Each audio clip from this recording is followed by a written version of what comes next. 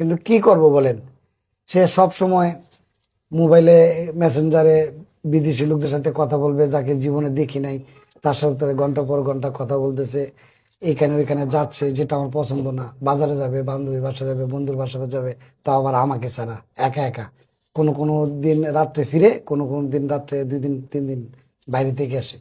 মানে আশেপাশে সমাজ নিয়ে তো আমার ব্যস্ত থাকতে হয়। এর চেয়ে এর চেয়ে চিন্তা করছি যে দুষ্ট গোয়ালের চেয়ে শূন্য গোয়াল অনেক ভালো।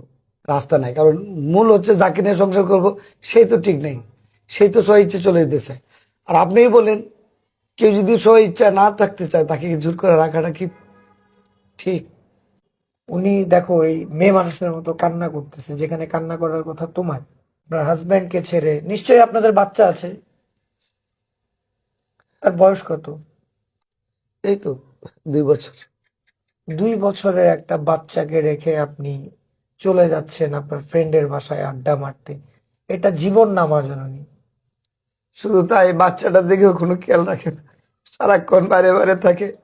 তাহলে কি আর করার, যেহেতু আপনারা সিদ্ধান্ত নিয়েই নিয়েছেন, নেন মা জননী, সিগনেচার করুন।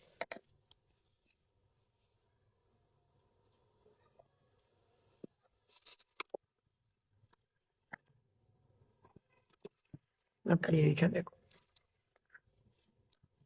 চিকন সাহেব, প্লিজ। বলতে দিয়ে দিচ্ছে, আর আর কারো অপেক্ষা থাকবে? সব ক্লিয়ার দিয়ে দাও, আর কিছু করার নেই।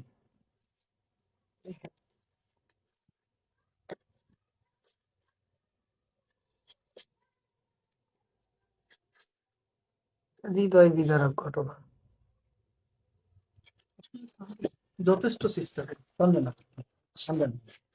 তাহলে আপনাদের আজ থেকে ধর্ম শরীয়ত মোতাবেক আপনারা স্বামী স্ত্রী নাই। স্বামী স্ত্রী না,